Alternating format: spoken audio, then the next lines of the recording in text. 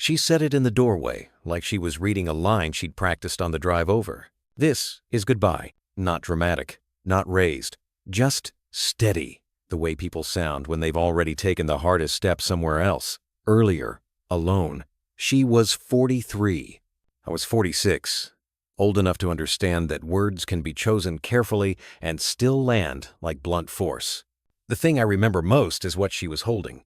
A small cardboard box, the kind you'd use for Christmas ornaments or old cables. It wasn't taped shut.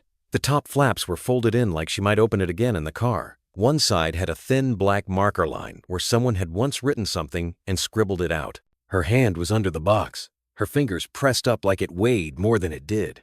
We were standing in my entryway in late fall, the air already dry, the kind that makes your knuckles crack if you don't put lotion on. The house smelled faintly like coffee that had been left on the warmer too long.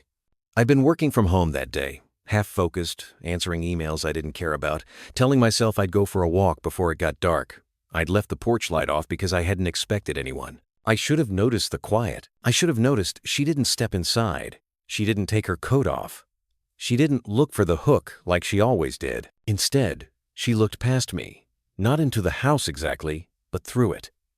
Her eyes did that thing where they soften, like she was looking at a memory and not a room. She had the same face I'd seen on her at funerals, the polite stillness people wear when they're trying not to make the grief contagious. I tried to make it ordinary, because that's what I always did. "Hey," I said. "What's going on?" I even smiled. A small one. A reflex. She didn't match it. She took a breath, and her shoulders lifted, then settled, like she'd been holding herself up all day, and was finally allowed to stop. "This is goodbye," she said again, softer the second time, like she was making sure I heard it right. I looked at the box. I don't know why. It wasn't important, not yet, but my brain grabbed it like a lifeline, something specific to focus on so I wouldn't have to feel the rest. "What's that?" I asked, nodding at it. She glanced down and her mouth moved, almost a smile, but not quite. She opened the flap and tilted it toward me. Inside were small things. A keychain I recognized. A paperback book I'd lent her years ago, the spine creased from being read.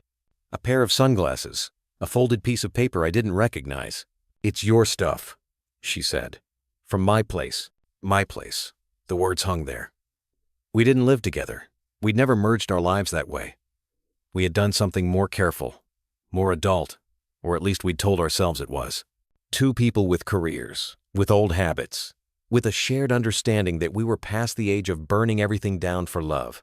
Or so I thought. I took the box because she held it out, because that's what you do when someone hands you something. The cardboard was warm from her hands. I felt that warmth like a message I didn't know how to decode. I didn't say anything right away. I think I expected her to fill the silence. She always did. She was the one who smoothed things over. I let her. It felt like being taken care of. But this time she didn't smooth anything. She just stood there, waiting. Her eyes were shiny, not with tears exactly, more like the surface tension of tears that had already been spent. I made myself laugh again, because denial is a skill you can get good at. "That's a joke, right?" I said. "You're just mad about something." She looked down, then back up. Her voice stayed level, but there was a fracture in it, like a thin crack in glass. "I'm not mad," she said. "I'm tired." It wasn't the kind of tired you fix with a weekend away or a good night's sleep. It was the tired that comes from dragging hope behind you, like luggage that never gets lighter. My throat tightened. I felt it, that first sharp flicker of panic, but I pushed it down the way I always did. I went to my usual tools. Logic, questions, bargaining disguised as conversation. "Okay," I said. "Tired of what? Just tell me what's going on." She watched me carefully, like she was studying whether I was capable of hearing her. "I've been saying it," she said, "for a long time, in little ways, and you always found a way to make it smaller." The word smaller hit me harder than goodbye, because it was true, and part of me knew it before she said it. I had a habit of shrinking things I couldn't handle. I called it being calm, being reasonable, being the stable one. What I was really doing was refusing to feel anything until it was too late. I started to speak, to defend myself, to list the ways I'd shown up, the weekends I drove to her place, the dinners, the texts, the times I fixed something in her kitchen because I liked being useful, The times I stayed over and held her while she slept. But even as I gathered those points like evidence, I saw her face. She wasn't waiting to be convinced. She wasn't asking for proof. She was already gone. Outside, a car passed, tires hissing on the street. Somewhere down the block, a dog barked once and then stopped. Ordinary life moving along, indifferent. I glanced at her hand. She wasn't wearing the thin silver ring she always wore, the one with the tiny scratch on it. I noticed because I'd noticed it 1,000 times. Usually when her hand was on my chest, or on a steering wheel, or wrapped around a coffee cup. The absence of it looked like an accusation. I wanted to ask about that ring. I wanted to ask about the folded paper in the box. I wanted to ask if there was someone else, because that would have been easier. Easier to hate, easier to explain. Instead, I said the thing that proved her point. "Come on," I said, trying to soften my voice. "Don't do this. We can talk about it." She nodded once, like she appreciated the effort, like she'd heard it before. "We have talked about it," she said. "You just didn't hear it as real." I felt the box in my arms, light as nothing, and somehow unbearable. I thought about how many times she'd picked up my small things and set them aside, how many times she'd made space for me in her life without asking me to make space for her in mine. I wanted to reach for her, but my body didn't move. I stayed, planted in that doorway like a man guarding his own comfort. She took a step back, and it was such a simple movement, but it changed everything. A polite distance, a boundary drawn without anger. Her eyes stayed on mine. "I hope you're okay," she said. That's what people say when they don't plan to check. I swallowed, but the words didn't come. My mind kept searching for the right thing to say, the perfect sentence that would rewind time. I couldn't find it. I could only feel the outline of what was happening, and even then, I didn't fully understand the shape of the loss. She turned, walked down the front steps, and didn't look back. I stood there with that box of returned fragments, watching her car pull away. And I remember thinking, with a strange, almost offended confusion, that she hadn't slammed the door. She hadn't made it messy. She'd just left. And in that quiet, in the cooling air of my entryway, it began to dawn on me that the thing slipping away wasn't only her. It was the version of myself I'd been allowed to be while she was still here. In the days after she said it, I kept telling myself it wasn't real. Not in some melodramatic way. More like a quiet administrative error. Like her words had been filed under the wrong category, and if I just waited long enough, someone would correct it. I put the box on the kitchen counter and left it there. I walked around it for 2 days, as if it were a bag of groceries I hadn't unpacked yet. I made coffee, rinsed my mug, answered messages, opened the fridge, closed it again. The box stayed. The small objects inside stayed arranged the way she'd set them, like she'd curated the exact amount of closure she was willing to offer. If you're listening to this, you might recognize the feeling of trying to keep life normal so you don't have to admit something has changed. I didn't call her the first night. I told myself I was giving her space, like that was noble. The truth is, I didn't want to hear her voice. I didn't want to hear it steady. I wanted to believe she'd said it in a moment of fatigue and would come back after a sleep, after a shower, after a reasonable amount of time to cool off. That was my pattern. Let the moment pass. Wait for the sharp edges to dull. Put things back where they belonged without ever naming what happened. But the next morning, there was nothing from her. No text. No joke. No little update about traffic or coffee or her mother's latest worry. Nothing. I kept checking anyway, as if my phone might correct itself. At my age, you get used to certain kinds of endings. Friends move, parents age, jobs change. But this was different. This was a person choosing to step out of your life while still breathing, still walking around in the same city, still buying groceries and pumping gas and living a life that no longer included you. I met her 3 years earlier in a place that felt almost embarrassing to admit at the time. A community college evening class. One of those adult education things where everyone pretends they're there for enrichment, but really they're there because something in their life feels stalled. Mine was work. I'd been in the same field for 2 decades. Steady money, steady routine, the kind of competence that gets you left alone. I told people I liked that. Mostly I did. I took the class because I wanted to feel like a person who still had curiosity. She sat 2 rows ahead of me, always early, always with a notebook that wasn't a laptop. She had dark hair that she kept clipped back, and she listened the way people listen when they mean it. When she spoke, She didn't fill the room. She made the room quieter. After the third session, I offered to walk her to her car. It wasn't a move. It was just what you do when it's late, and the parking lot lights flicker, and you're both old enough to know the world doesn't owe you safety.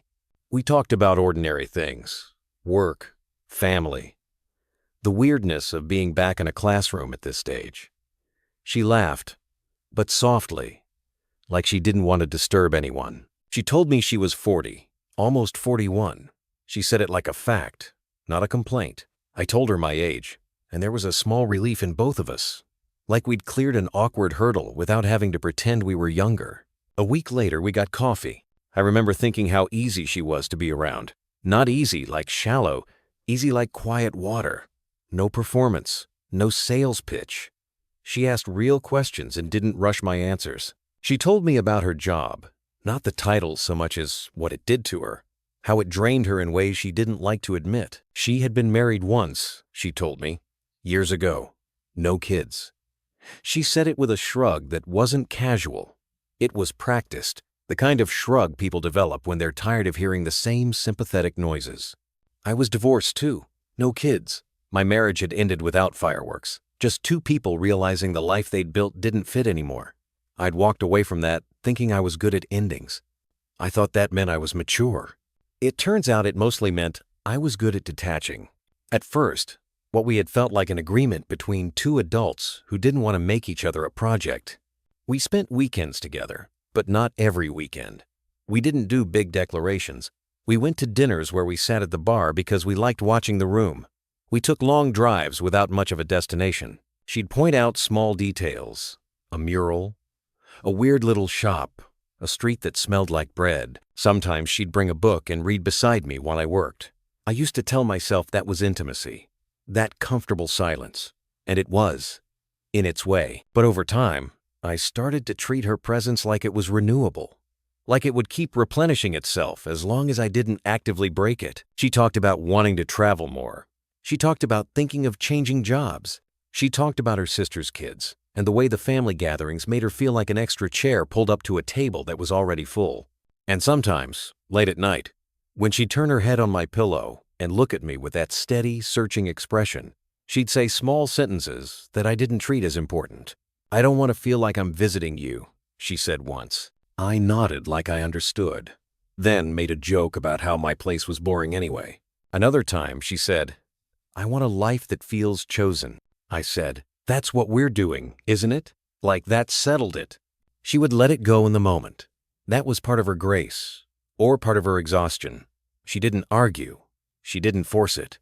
She'd just blink slowly and turn away, and I would feel a small unease that I immediately covered with affection.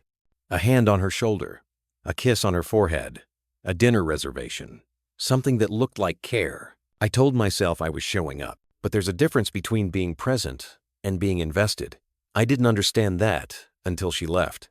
Because I kept my life arranged the way I liked it. My routines, my quiet, my autonomy. I let her fit into it, but I didn't reshape anything for her. Not really. Not in a way that cost me anything. And I can see it now, with a kind of grim clarity that's hard to admit. She wasn't asking for a ring. She wasn't asking for a dramatic promise.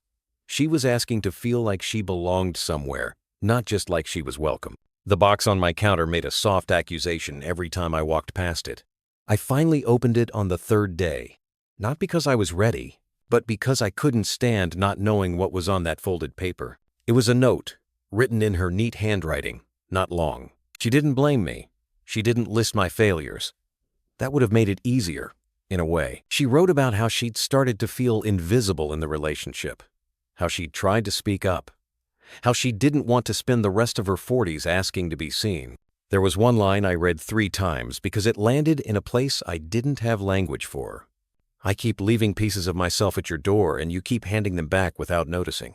I sat at the table and stared at that sentence until the coffee in my mug went cold. And what scared me wasn't only that she might be right.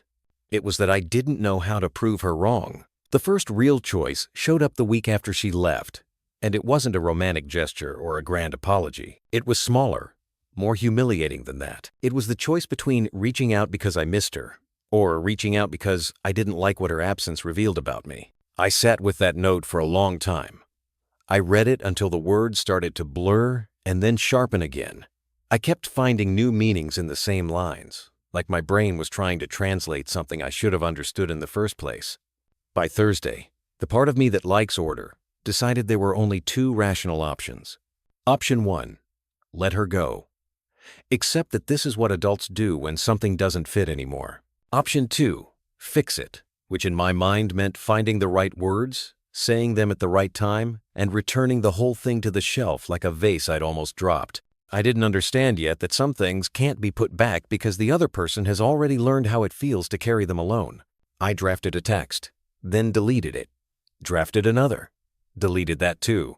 What do you say to someone who's telling you, calmly, that they've been alone with you? I tried to keep it simple. I read your note. I hear you. Can we talk?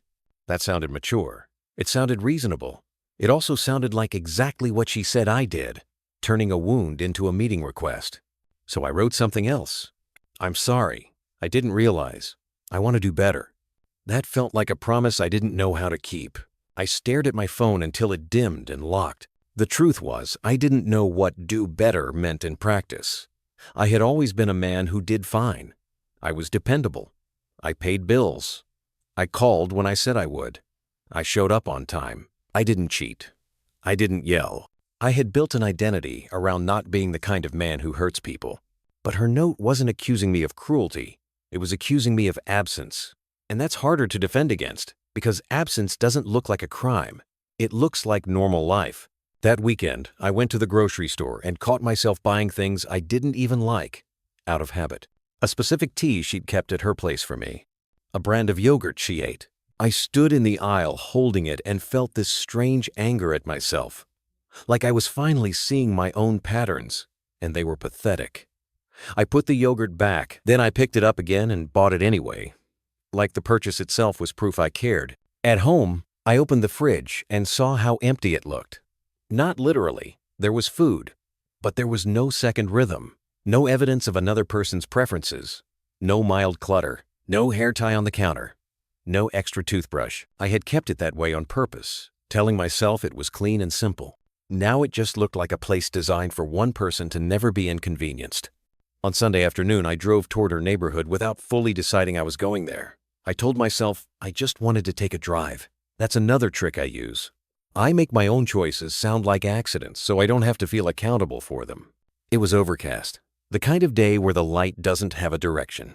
Her street had tall trees and narrow driveways and that soft quiet you only get in older neighborhoods. I slowed down as if I might see her outside, watering plants, carrying groceries, living her life without me. I didn't see her. I parked around the corner anyway, and there it was, the internal decision that actually mattered. Do I go to her door and ask for a conversation that might only serve me? Or do I respect what she said and sit with the consequences of not noticing her sooner? I sat in the car with both hands on the steering wheel, even though the engine was off.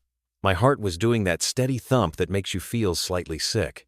I thought about all the time she'd come to my door, how she'd stand exactly where she stood that last day and wait for me to make space for her, how she'd never forced her way in, how she'd always been polite with my boundaries. I realized something then that I didn't want to know. If I went to her door now, it would be the first time I tried to cross a boundary she set. And I would call it love. I would call it fighting for us. But it would still be me putting my need ahead of her clarity. That's what scared me. Because I could feel how easily I could make myself the hero of this story. And how false that would be. My phone buzzed once. A work notification. Nothing from her. I stared at her house from the corner. At the windows, at the front steps. I imagined her inside, maybe reading, maybe cleaning, maybe just sitting on her couch in that quiet she always carried. I imagined her getting a knock on the door and feeling her body tense because she already knows who it is. And I couldn't bear the idea of being the kind of man who turns her goodbye into a negotiation. So I didn't go. I drove home, and the whole time I kept trying to convince myself that was the respectful choice, the mature choice. But underneath that, there was another truth. I didn't go because I was afraid she'd look at me and stay steady. I was afraid she'd say goodbye again, face to face, and I wouldn't be able to pretend I could fix it with words. That night, I did something I'd never done in all our years together. I cleared space. Not in the dramatic sense. I didn't throw away furniture or change my life overnight, but I opened the hall closet and pulled out the extra hangers I'd kept buried behind winter coats. I made room on the bathroom shelf. I moved the things that had always been mine into tighter corners. I don't know what I thought I was doing. A rehearsal, a confession, a way of showing myself what I hadn't been willing to do when it mattered. Then I sat on the edge of my bed and held her note again, and I wrote her a message, finally. Not long, not clever. I read your note. I'm sitting with it. I'm sorry I made you feel invisible. I don't want to argue with your choice. I just want you to know I see what you were saying now. I didn't ask her to come back. I didn't ask for a meeting. I hit send, and the moment the message left my phone, I felt a strange mix of relief and grief, like I'd finally admitted something to myself. And then I waited, not for her reply exactly, but for the part of me that still believed this could be undone to finally understand that it might not be. Her reply didn't come that night. I kept my phone on the nightstand like a small animal I was afraid might die if I stopped watching it. I turned its screen down, then flipped it back over. I told myself I didn't care, then I checked again. Nothing. The next morning, I woke up before my alarm and felt that familiar middle-aged awareness of my body first. Stiff neck, dry mouth, the quiet ache in my lower back that shows up when I'm stressed. I lay there and listened to the house. The furnace clicked on.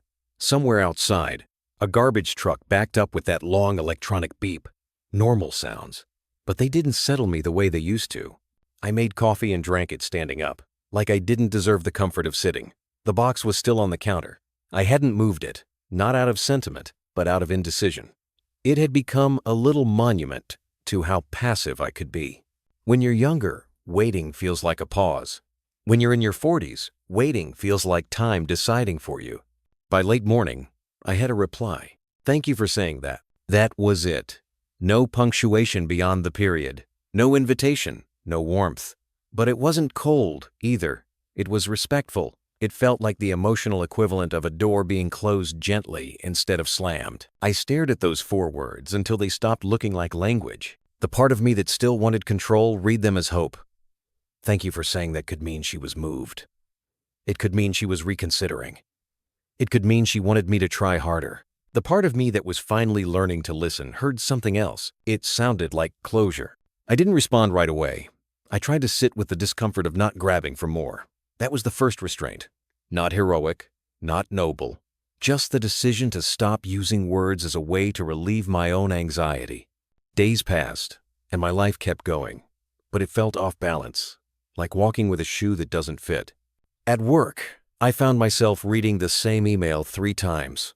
I'd join a meeting, speak when it was my turn, say the right things, then leave, and realize I had no memory of what anyone else said. My attention kept drifting to the edge of the room, to the place where she used to sit with her legs tucked under her on the couch, her book open, the occasional sound of a page turning. The absence wasn't loud, it was quiet and constant. A week after her goodbye, I ran into a neighbor while taking out the trash. He asked how I was doing, and I heard myself say, "Doing fine, busy." It came out smooth, believable. I could have fooled a stranger. I could have fooled myself if I'd wanted to.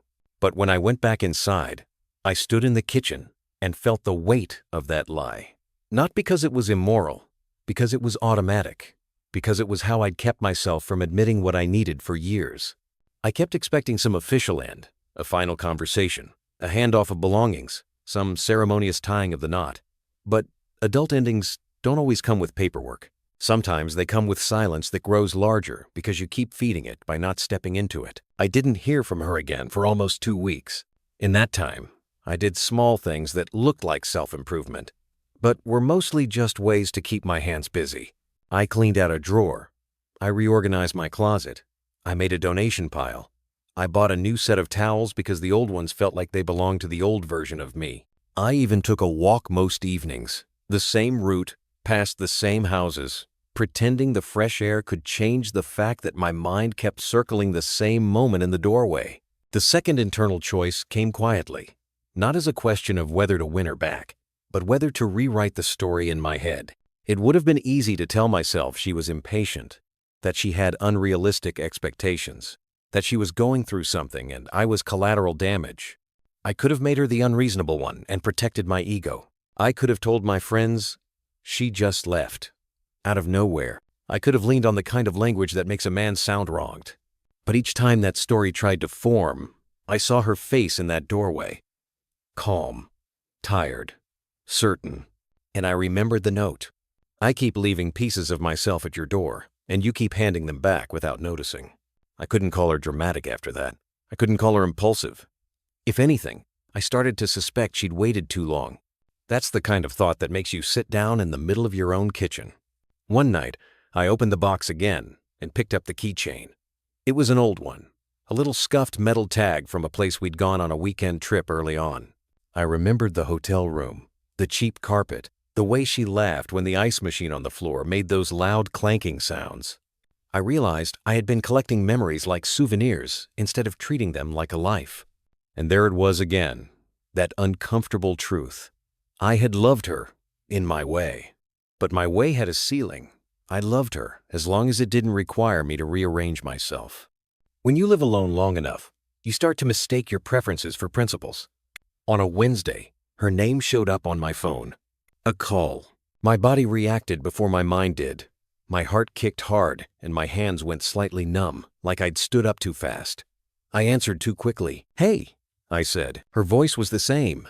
Soft, measured, not brittle, not angry. "Hi," she said. "I'm not calling to reopen anything. I wanted to tell you something." I held my breath.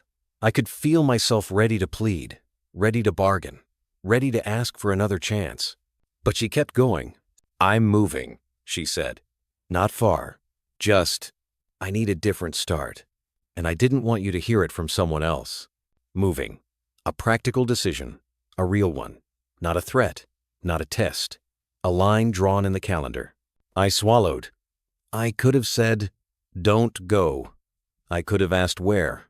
I could have tried to insert myself. Instead, I heard myself say, "Okay." There was a pause. And in that pause, I felt the weight of what I was choosing. Not to chase. Not to argue.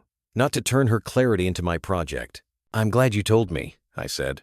"I hope it's good for you." She exhaled, like she'd been holding something and could finally set it down. "Thank you," she said. And then, after another beat, she added, "Take care of yourself." "You too," I said. When the call ended, I didn't move for a long time. I sat at the table with my phone in my hand and stared at the blank screen. I expected to feel devastated. I expected to feel abandoned. What I felt was quieter. I felt the shape of finality. And underneath that, a thin, unfamiliar kind of respect for her, for what it took to leave without cruelty, and for what it was going to take for me to live with the truth that she wasn't wrong. She moved at the end of the month. Not cross-country, not a reinvention with a new skyline, just far enough that the old routines wouldn't keep bumping into her. Far enough that she could go to a grocery store without wondering if I'd be in the next aisle, squinting at labels, pretending the timing was accidental. I didn't ask for the address. That was the first thing I did that felt clean. Because the old version of me would have asked in the name of caring, then stored it like leverage. Not to do anything dramatic, just to have, just to keep a thread tied around her ankle, in case I wanted to tug it later. Instead, I let the thread break. The week she moved, I finally carried the box off my kitchen counter and into the spare room closet. I didn't throw it away. I didn't ceremonialize it. I just put it where it could exist without being the center of my day. That was how grief started showing up for me. Not as tears, but as a slow decision to stop staring at what I couldn't change. On the last Friday of the month, I drove out to a hardware store I never used. I needed light bulbs. I didn't need light bulbs. I just needed to be somewhere that wasn't my house for an hour. Somewhere I wouldn't expect her to appear in the doorway or in the sound of my phone. In the parking lot, I saw a woman about her age lifting a small box out of the back of a car. The angle of her shoulders, the deliberate way she placed it, made my stomach tighten. For half a second, my brain tried to make it her. It wasn't, but it showed me something I hadn't wanted to admit. I was still scanning the world for her, like a habit, like a reflex. That night, back home, I sat on the couch and thought about the last year of our relationship. Not the big moments, but the small ones. The way she'd pause at my doorway sometimes, as if she was waiting for me to notice something. The way she'd watch me make plans that included her as an accessory, not as a partner. I replayed one scene in particular, a dinner at my place months before the goodbye. She'd brought food over, something she'd cooked at home. She placed it on my counter and started taking out containers, lids, a small bag of herbs. I remember standing there, watching her, feeling that familiar comfort that came from being cared for. And then she'd asked a simple question, almost casual. "Do you ever think about living with someone again?" I'd laughed, not unkindly, but too quickly. I said something like, "At our age, that sounds like a good way to ruin a perfectly fine relationship." She'd nodded and smiled, like she understood the joke. But her eyes shifted away for a second. Not a glare, not a dramatic hurt look, just a flicker, like a light turning. I'd missed it in the moment. Or maybe I'd seen it and decided to ignore it. Now, sitting alone, I understood that was probably the night she stopped hoping I'd change on my own. The quiet resolution didn't come as an epiphany. It came as a series of small, almost boring recognitions. I had thought love was what I felt. The warmth, the familiarity, the ease. She had been talking about love as what you do. The willingness to be reshaped. The willingness to make room that isn't temporary. And I can say this without blaming myself into the ground. I wasn't a monster. I was just a man who had built a life around not needing much from anyone, and then I got involved with someone who needed to be needed in a way I didn't know how to offer. The hardest part was realizing she hadn't taken something from me. She'd shown me something I didn't have. A few weeks after she moved, I got a message from her. Not a conversation starter, not an invitation, just a picture. A small photo of a potted plant on a windowsill. A new place, a clean wall, a thin curtain, sunlight. Under it, one line. "I'm settled. I hope you're okay." I looked at the photo for a long time. It didn't make me feel better. It didn't make me feel worse. It just made her real again in a way that wasn't about me. She had a life that didn't require my participation. She'd built it. I typed back, "I'm glad you're settled. I'm okay. I mean that." I almost added more. I almost wrote a paragraph. I almost asked if she missed me. I almost tried to turn her simple update into a doorway. But I didn't, because the dignity she'd shown in leaving deserved an answer that didn't contaminate it. After that, we didn't talk. Not because there was animosity, because there was truth. Time went on, the way it always does. The calendar pages turned. The mornings came whether I felt ready or not. I started noticing how many parts of my life were built to keep me insulated, not supported. I began doing things that weren't dramatic, just honest. I called my sister more, not to confess, just to show up. I accepted invitations I used to decline because I liked my quiet too much. I sat with discomfort without trying to solve it. And sometimes, late at night, I would think about the doorway, her face, that box, the way she said goodbye, like a decision she'd earned. I would ask myself the question that haunted me at first. What did I lose? For a long time, I thought the answer was her. But that wasn't the whole truth. What I lost was the ability to keep pretending that being easy to love is the same thing as loving well.